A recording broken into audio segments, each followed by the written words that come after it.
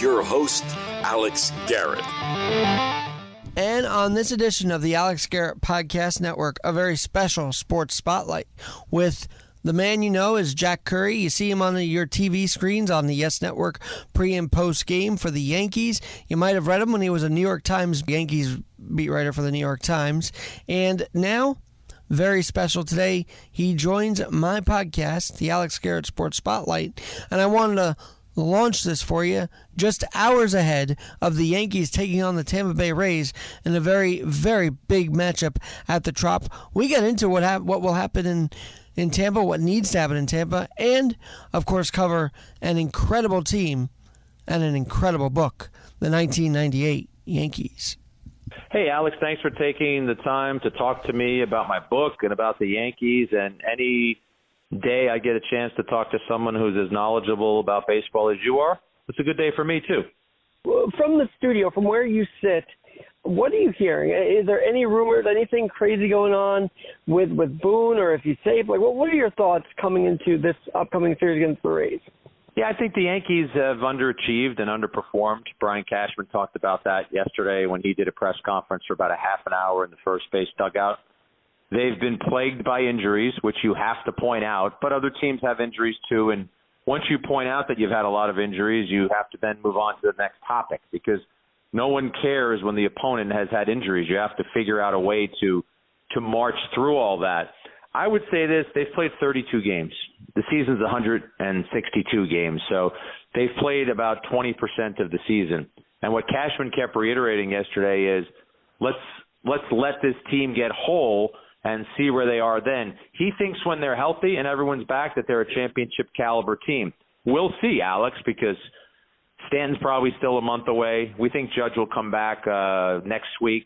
Rodon hasn't thrown a pitch yet. Severino is throwing in Tampa today. So there's going to be a lot of time where these guys are still not members of the team. So this current of the version of the Yankees has to perform a lot better, especially offensively. All right, well, you were in spring training, right? So tell me about Willie Calhoun. Did you expect him to come up and be this big player this week that he's been? Well, guess what, Alex? I asked Willie Calhoun that last night in the clubhouse, and he said he didn't expect it. So it would have been hard for me to expect it. I will say this. I know from being in spring training and talking to people around the Yankees, they were impressed with his plate discipline and his ability to put the ball in play. He's a former highly rated prospect, has been beset by some injuries. But you watch his approach at the plate, Alex, and it's a professional hitter. It's a guy who's going up there with a plan. I mean, his at-bat against Clase in the ninth inning yesterday was impressive. You got a guy throwing over 100, and all Calhoun did was shorten up his swing and just try to do something with one of those pitches. And fortunately for the Yankees, he lines a single to left field. He ties the game up, and they win it an inning later. You know, I've been reading your book, and you've taught me a lot already. And I've been around the Yankees for 23 years now, but you taught me a lot. Like, I didn't know. This is actually the 25th year for Brian Cashman. And, you know, over the last few years, it's always been Twitter reacting to him. But he's a really genuine person. He's trying to put this team together. But, yeah, 25 years ago, George Steinbrenner gave him the keys, as you wrote in the book 1998 Yankees. Yeah, that was one of my favorite chapters to write, because Brian told me a lot of things I didn't know. I obviously knew when Bob Watson resigned, Brian Cashman was in line to get the job. He didn't necessarily want the job, but he was also savvy enough to know that if someone offers you the general manager job of the New York Yankees, you take it. But he told me about the back and forth between himself and George Steinbrenner and how Brian pushed for a one-year contract. And I think, Alex, that's because he wanted to dip his feet in the water, but he wasn't sure if this was going to be a place where he was going to swim for a long time. Well, guess what? He's been swimming for 26 seasons now, and I watch the 2023 team, and because I worked so much on the 98 team, you wonder about comparisons and stuff like that. And that 98 team was, in my eyes, the greatest team of all time. And for Cashman to be a general manager in your first year and to be presiding over that team, it's a pretty amazing memory and a pretty cool accomplishment. I want to get to the moves that you talked about. I mean, you know, I've known Brochus and all these guys, and they were all part of that team. Brochus actually winning the MVP in the '98 World Series. But I want to ask you this, because the closest comparison I've seen to 98 was actually last year when they were on that hot streak. I mean, they looked like they were on that 100-win pace, didn't they, last year? And that's the closest they came to 98 feeling. Yeah, the 98 team started 61-20. I think the 22 team, Alex, I might be off by a game or two. I think they started out 61-23. And what was interesting to me, and last year's team was good. They were ferocious offensively. They were scoring a ton of runs. I just wondered about the comparisons to the 98 team. I just I'm not saying I was able to foresee how that team slumped and sputtered. I mean, they still ended up winning 97 games. But the comparisons between 22 and 98, I guess for me the jury was still out last year. That's how good the 98 team was. Every day you thought you were watching an historic team. They did sputter late September. They had a streak. They left some wins on the board. They could have won more than 114. But there was just something remarkable about that 98 team. And so tell us, bring us inside that clubhouse, bring us inside the turmoil, the success. I mean, it was an up and down season. And then when did they really take stride, would you say? Well, that team was very focused, Alex. And when they started 1-4, it's pretty famously known, and I write about it in the book. Joe Torre had a meeting and basically told them, listen, I'm not happy. I'm happy you came into spring training ready to play. You're not ready to play right now. And he asked some of his players to speak. David Cohn spoke. David Cohn always thought that you needed to create a reason to hate your opponent. And he told his fellow teammates that. He said, Lou Piniella is always knocking down Paul O'Neill. Well, what are we doing? We got to show some fight. Alex, the Yankees won that night. They won 22 of their next 24. They won 64 of their next 80. So I kind of think that Joe Torre meeting might have been the greatest meeting in baseball history. And I would say by June, I knew that this team was going to somewhere special. And then, Alex, the pressure. Once you win 114 games, you better not lose. You better finish the deal, because if you don't, you'll be remembered as a team that won 114 games and then fizzled. And look what they did. Now, the Padres coming to that World Series, obviously they were top of the National League. Did you expect the Yanks to sweep them like they did? I mean, that was impressive, wasn't it? It was impressive, and though that was a sweep, those games were close. But the Yankees were just so good, Alex. I mean, I remember being in the stadium for Game 1. Padres have a 5-2 lead. They've got Kevin Brown on the mound. Kevin Brown was nasty. I was talking to Paul O'Neill about him just yesterday. He was talking about how nasty his stuff was. Bruce Bochy makes the decision to go to Donnie Wall, brings in a reliever. Knobloch's in the dugout, in the on-deck circle, and he turns to Jeter and says, they're taking out Kevin Brown? Knobloch hits a 3-run homer off Donnie Wall. Later in the inning, Tino hits that famous grand slam off Langston, where the pitch before was probably a strike. And though I'm not saying that they won the World Series that night, Alex, I think once they won Game 1 and the way that they did, I knew it was going to be a short series. You highlight, obviously, Wells' perfect game, and he's talked about it before, but hearing it from himself, what was that like? Because obviously he was in the news a few years ago about it, but here you are talking to him. What was the feeling about May 17, 1998? What was his insights that maybe we didn't hear from before your book came out? I always enjoy talking to David. I think he's a great storyteller. I think he's willing to share those stories. And you're right, even though it's 25 years later and I knew a lot of the details, to hear Boomer talk about sitting at home on a Saturday night and saying to himself, I really shouldn't go out. I probably shouldn't go out. I got a pitch tomorrow. Maybe I shouldn't go out. And then say, I'm going out. And he goes out and he runs into Jimmy Fallon. Saturday Night Live's season had ended a week earlier, but he bumps into Jimmy Fallon and in his storytelling stayed out till 5:30, drank too much, and then got to the ballpark the next day, and David Cohn said, you smell terrible. You better go hide or they're not going to let you pitch. Something clicked in for him on the mound, though, Alex. He had a 1-2-3 first inning, and he suddenly felt steadier. He suddenly felt as if he wasn't wobbling as much, and he ends up pitching a perfect game. It's a story that if you put it in the script for a movie in Hollywood, they'd say, okay, we need to rewrite this. There's no way this is true. Now, I know you've been doing a book tour, but I don't know if anybody's asked you this question. Should people read along the book as they're watching Yankee Classics from 1998? I feel like there's such a parallel, like you could almost read into it as the game's watching on Yes Network. What do you say? Alex, my advice would be to buy this book, first of all. Read it while you're watching Yankee Classics. Read it while you're watching Netflix. Read it while you're watching the Michael Kay show. Read it while you're on an airplane. I just want people to get their hands on this book. I'm saying that tongue-in-cheek, but I'm very proud of this book. I think there are a lot of untold stories in there, a lot of behind-the-scenes details that people were unaware of. I spoke to virtually every player from that team. Every player is represented. And I think if you're a fan of the Yankees, a fan of baseball, even just a fan of leadership and greatness, you'll see what made that team great. Got to ask you this, because there is a few chapters on Jeter, obviously, but was he the quiet captain, so to speak, back then, or was he a vocal leader? Jeter always led by example. Even Jorge Posada, his best friend, I think I have him quoted in the book talking about how Jeter's way of leadership was, hey, look what he's doing. Look how he's performing. Look how he's preparing. Look at how desperately he wants to win. Jeff Nelson's older than Jeter and had been in the major leagues a few years, and he told me how motivated he was by just watching Jeter in 1998. And one story that resonates with me, Alex, I've never had a player tell me something like this. Darren Holmes was a first-year Yankee, and he watched Jeter early in the season, April, May, walking into the clubhouse and just shouting out a number, 142, 135, and he didn't know what the number meant. So one day he said to O'Neill, what is Jeter doing? What are these numbers that he's shouting out? And O'Neill said, that's how many more games we have to play before we win a World Series. So that's where Jeter's mind was. And Holmes said he got chills because he said, okay, so this is what the Yankees are about. This is what Jeter is about.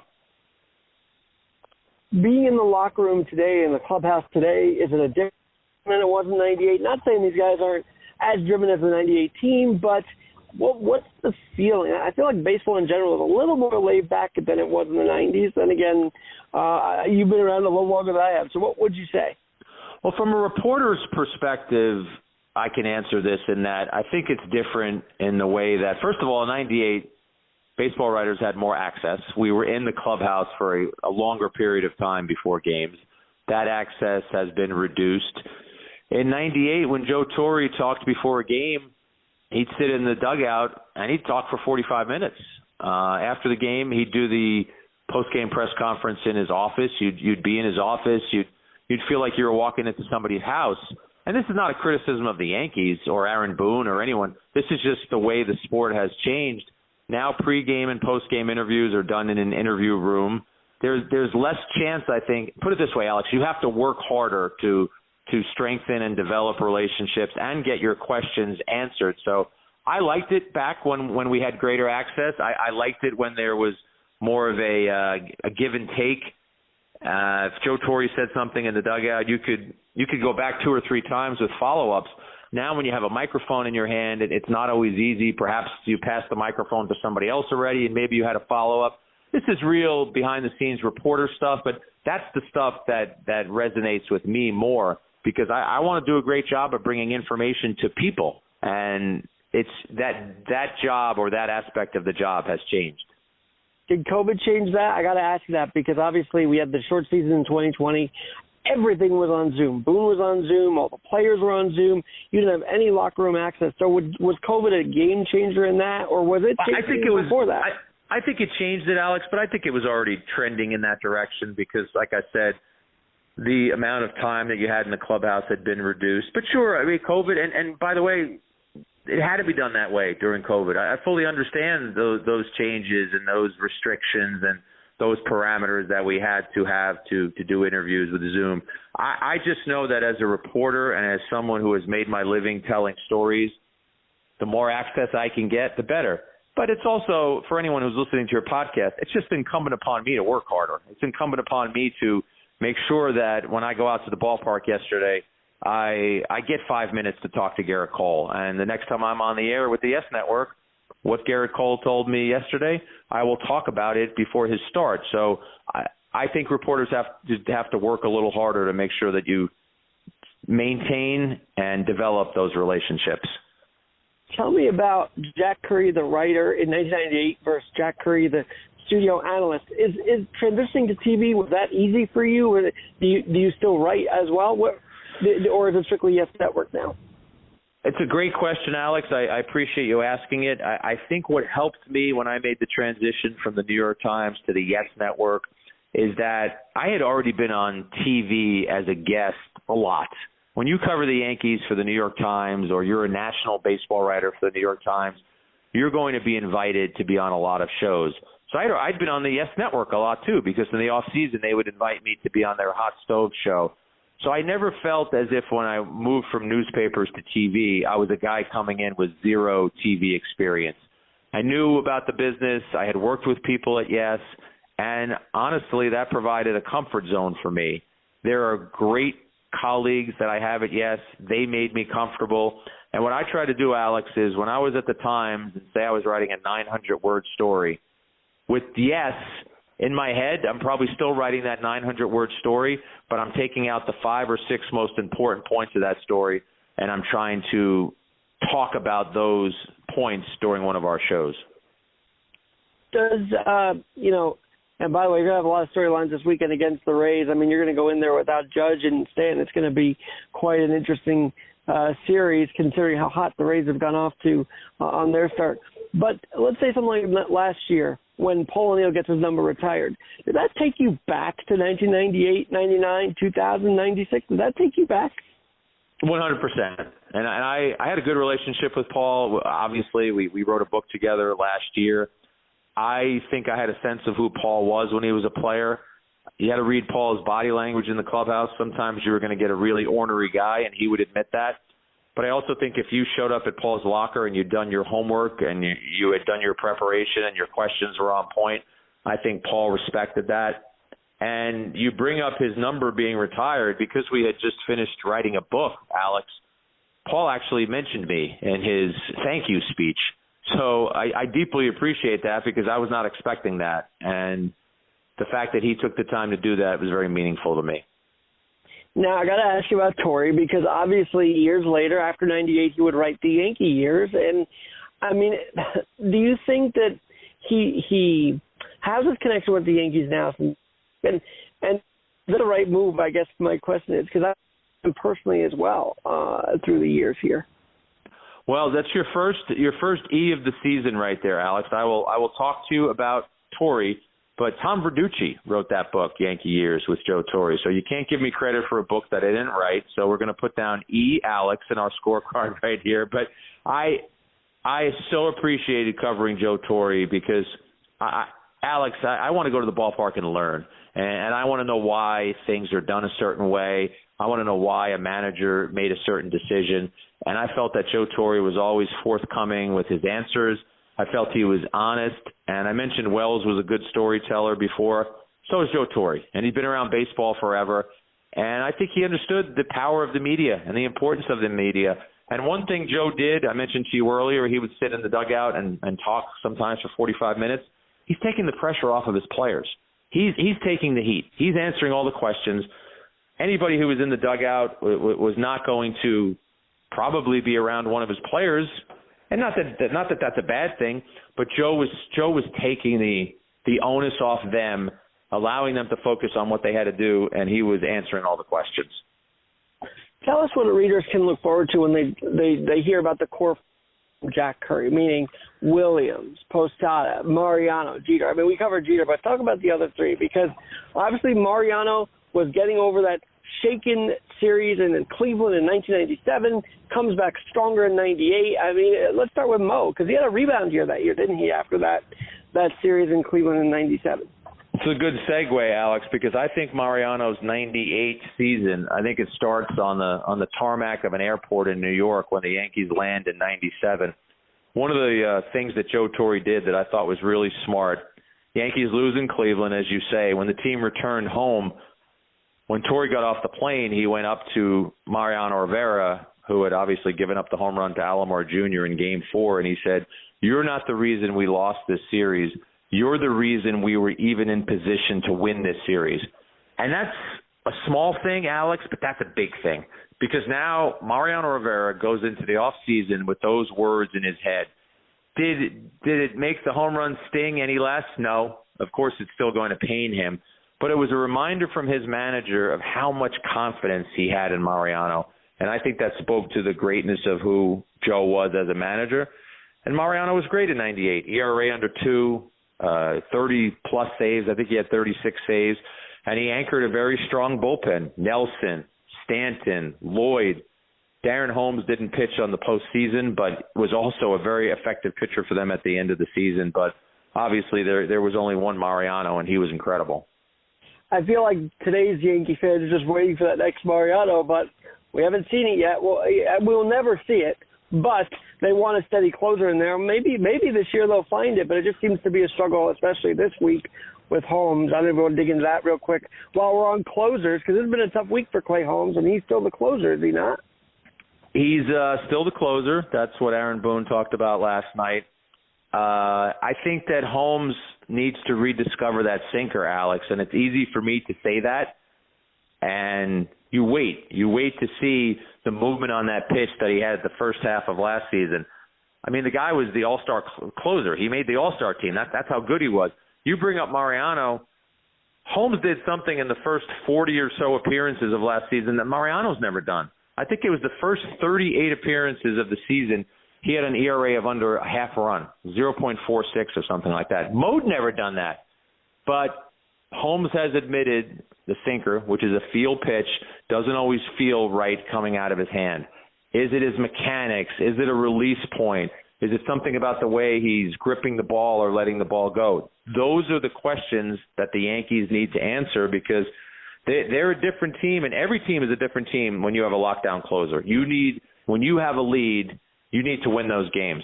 I mean, the Yankees should have won the other night. Herman pitched so well. And, I mean, we'd be sitting here talking about them being 18-14 instead of 17-15. And that might not sound like much, but it is. Well, especially because all these series against the AL East are now like 12 games, so you got to make those games matter as well. So a few of those losses mixed in against the Blue Jays and whatnot. But let me ask about music, because I know that Bernie Williams, he did that national anthem at Yankee Stadium on opening day in 2009, the first day of the stadium. But you say his music was going back to 98 in your book. Tell us about that. Yeah, Bernie is a fascinating character, Alex. Can you imagine that you were talented enough to be the center fielder for the New York Yankees? Oh, and by the way, when that amazing career ends, you're also a accomplished musician. He's been nominated for a Latin Grammy. He performs his music still to this day. I just can't imagine what it's like to have that much talent in two diverse fields.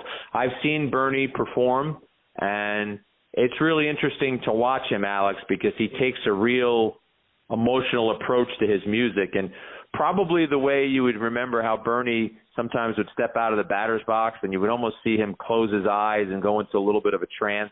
That's the Bernie I see when I watch him perform on stage. And he had such a sweet swing, as much as the music was sweet. I mean, that swing was just, I can picture it in my head as we're talking right now. 100% underrated player. I'm glad when you talked about the core Yankees earlier, you brought him up. I've written this, and I wrote it in my book with David Cohn. The core four is a great nickname, and those guys deserve all of their due. In some ways, though, it's unfortunate because it eliminates Bernie. And all four of those players, and I've interviewed all four of them, will tell you that their career and their success doesn't happen as smoothly without Bernie first paving the way. Bernie came up in 91. Yankees were not a very good team at that point. Bernie had to go through some struggles to get to the point that he got to. And because Bernie succeeded, I think within the organization, there was a willingness to be more patient with future young players, and the core four benefited from that. Let's go to catching, because obviously you had a great rotation in 98, but you had have a great catcher as well. And that was that still a rotation of Girardi and Posada, or was Posada the main guy? What was in 98 that maybe Posada was finally the year, Alex, where 98 was finally the year where Posada supplanted Girardi as the starter. But Girardi still caught a lot. I don't have the exact numbers in front of me. I I think Posada played about 110 games and Joe played about 80. But Posada was the number one guy, and it was deserved. Posada's time was coming. He deserved to be the starter at that point. And people have asked me, Alex, what your favorite interview you did for this book. Now, I eliminate Cone because he's just great on everything, and we wrote a book together, so it would be easy to just say, yeah, David was great talking about the 98 team. But the guy would be Posada. Posada was so honest, and talking about this team, you could sense his fiery nature coming through, and how proud he was of that team and what they accomplished, how honest he was about his relationships with pitchers like David Wells and El Duque. Told me about how he and El Duque got into a fight in the clubhouse once and they had to be separated by teammates. So all that is in the book, and I appreciate Jorge giving me that insight. I was surprised to read that because, he's a very quiet nature guy. So to hear him actually vocalize in the clubhouse, I'm like, Jorge did that? It's kind of one of the little surprises that you find in 1998 Yankees. But I want to get to the other guys. There were a couple of the guys that really stick out as we talk about them. Bam Tino, you mentioned the Grand Slam, and then a Brian Cashman move, bringing Scott Brosius over, and I feel like those two guys really cemented the Yankees' 98 season. Would you agree? Yeah, Tino, that Grand Slam in the postseason, that was a long time coming. Tino had struggled in the postseason for the Yankees, but steady player, led the team with a very modest 28 home runs, but another fiery sort. I think the Yankees were filled with veterans who wanted to succeed. And then as far as Brosius is concerned, I think, Alex, when you have a great season, you have to look up and down your roster, and there's got to be some surprises. There have to be some moments where you say, wow, this guy did more than he was supposed to do. Scott Brosius is at the top of that list because when the Yankees acquired him from Oakland, he had just finished the season where he had 203. The trade was basically a salary dump to get rid of Kenny Rogers. And Brosius comes in, and he's a linchpin player. He hits eighth and ninth in the order, drives in 100 runs, plays unbelievable defense. Yankees thought he should have won a Gold Glove that year. So talk about a gift from above. That's who Scott Brosius was. Now, if I'm not mistaken, in your book, you mentioned there are some relics from the 98 season in the Yankee Museum that people can check out. Yes, the one that I mentioned is after the Yankees started off slow on the West Coast, Brian Cashman was on that road trip, and George Steinbrenner was angry, and he said to Cash, you got to come home. You got to come home. So he was probably, in some ways, blaming Brian Cashman for the slow start. The Yankees finally win a game, and Joe Torre, sensing who Cashman was and how this was his first year, took the lineup card from the game, signed it, and sent it to Cashman and said, number one of many. And how symbolic is that, Alice? Because it ended up being number one of 125. And that lineup card is in the Yankee Museum at Yankee Stadium. So a pretty cool artifact to have. Do you think the Yanks should bring in these guys to fire up the current day when there are struggles? Because I feel like that team had a way to fire each other up. Maybe they fire up the future generations of Yankees as well during slumps and whatnot. I mean, baseball is a sport you play every day. It's not like football where you play once a day, and so that's why you see guys running out of the tunnel onto the field screaming at each other. I don't think it's a bad idea to ever have former Yankees offer advice or offer guidance. But I think that players would turn – it would be tedious if every day you were getting a pep talk. That's not what baseball is about. Baseball is about routine and performing better. I mean, I think at this point the Yankees need to play better. It's not about necessarily firing anybody up. Well, and I know that this series is crucial, and you'll be following it for us and reporting on it for us on Yes Network. And I don't want to ask you about predictions, but here we are. We're into May. What do the Yankees need to do to get the ship right? Obviously, getting Giancarlo and Aaron healthy is part of this, but there's so much more to it, is there not? Yeah, they need to hit better. I mean, in the last 20 games, I think, if I have my math right, I think in 14 of the 20 games, they scored 3 runs or fewer, so that's a problem. Their lineup is not what they expected their lineup to be. They're going to need their core guys. Their main guys have to perform. So I'm saying their infield is intact. We talk about the injuries, but they've got Rizzo, Torres, Volpe, and LeMahieu. I know Donaldson is down, But the first 4 guys that I mentioned, those guys are starters. So I think it's got to start there. Trevino had the walk-off yesterday. I think he's a starter. And if you can get contributions as they did last night from Jake Bowers and Willie Calhoun, you need stuff like that now. Is it fair to rely on 2 guys who weren't supposed to be a part of it at this point? Well, that's the position that you're in, and that's what Cashman spoke about in the dugout yesterday. The contributions have to come from somewhere. He said, this is who the Yankees are right now. He also said, don't give up on us, don't count us out. And there are 130 games left. I love the passion of baseball fans, but I do think that a lot of baseball fans forget how long the baseball season is. Look at the Phillies from last year. Look at the Washington Nationals from a few years ago. Yeah, very true. And Rob Thompson, of course, a former Yankee coach and actually kind of beloved Yankee coach, managing the Phils to the World Series last year. All right, maybe those that listen to you and watch you on TV and then read this book, but they don't know all about Jack Curry. Who is Jack Curry, family life, and one thing people may not know about Jack Curry that you want to divulge here today? One thing that they don't know about me, well, they might know, this might be on my Instagram bio, but I'm an avid runner. I've run a couple of marathons. I ran the New York City Marathon. And then this is probably known, too, if you follow me on social media, but I also I'm a huge music fan, and any opportunity to go see live music is something that I pounce on. The only series that I missed so far this year was because I had tickets to go out to Red Rocks in Colorado because I wanted to see Bob Marley's 5 Sons perform his music. I'm a huge reggae fan. So those are a couple things about me that I do when I'm away from covering baseball. That is so cool. And I don't know what your notes are like after every game, but I know that you keep a watchful eye. Anybody that wants to analyze this game, even night in, night out, how many notes do you have after the game? Like 5, 6, 7, 20? Like how many as the innings progress and you're watching this game unfold? Yeah, I try to watch the game like a scout, Alex. I'm not saying I am a scout, but I don't want to miss a pitch. So I do take a lot of notes. I probably 90% of what I bring up to the postgame with me might not ever make it. But I try and write something down after every half inning. And then sometimes it might just be Herman with a 1-2-3, curveball looks good. But it's my cheat sheet. And I always tell Bob Lorenz, who's a great teammate and a guy I love working with, ask me anything.